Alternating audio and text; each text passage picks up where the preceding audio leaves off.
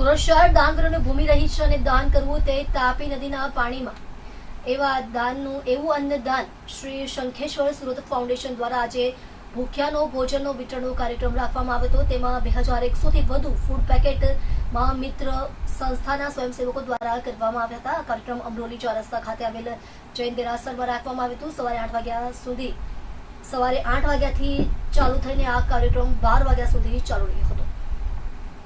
Shri Shankheshwar Surat foundation રવિ મહેતા રવિભાઈ આજે શું કાર્ય કરવામાં આજે સુરતના અલગ અલગ વિસ્તારમાં જઈને કાર્ય કરતા ટીમ દ્વારા 2500 જરૂરિયાતમંદ લોકોને ભોજન પહોંચાડવામાં આવશે। કેટલા વર્ષથી તમારી આ સંસ્થા કરે છે અને આજે વિસ્તારમાં શું કરે છે?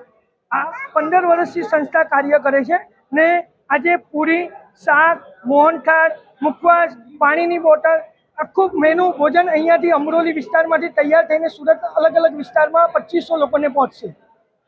બીજા કયા કાર્ય કરવામાં બીજા આ સંસ્થા વ્યારા, ડાંગ જરૂરિયાતમંદ લોકોને અહીંયા સુરતથી વ્યારા, ડાંગમાં જઈને પણ મદદરૂપ થાય છે અને જરૂરિયાતવાળા આશ્રમોમાં પણ જાય છે અને આગળ ઘણા કાર્યો કરવા માંગે છે। દરેકના સાથ સહકારથી આ કાર્યો થાય છે। કેટલા વર્ષથી કરતા છો? 15 વર્ષથી આ કાર્ય કરીએ છીએ। કેટલા લોકોની ટીમ છે? આપણી 900 લોકોની ટીમ છે ને ગમે ત્યારે 100-150 જણા કાર્યરત છે।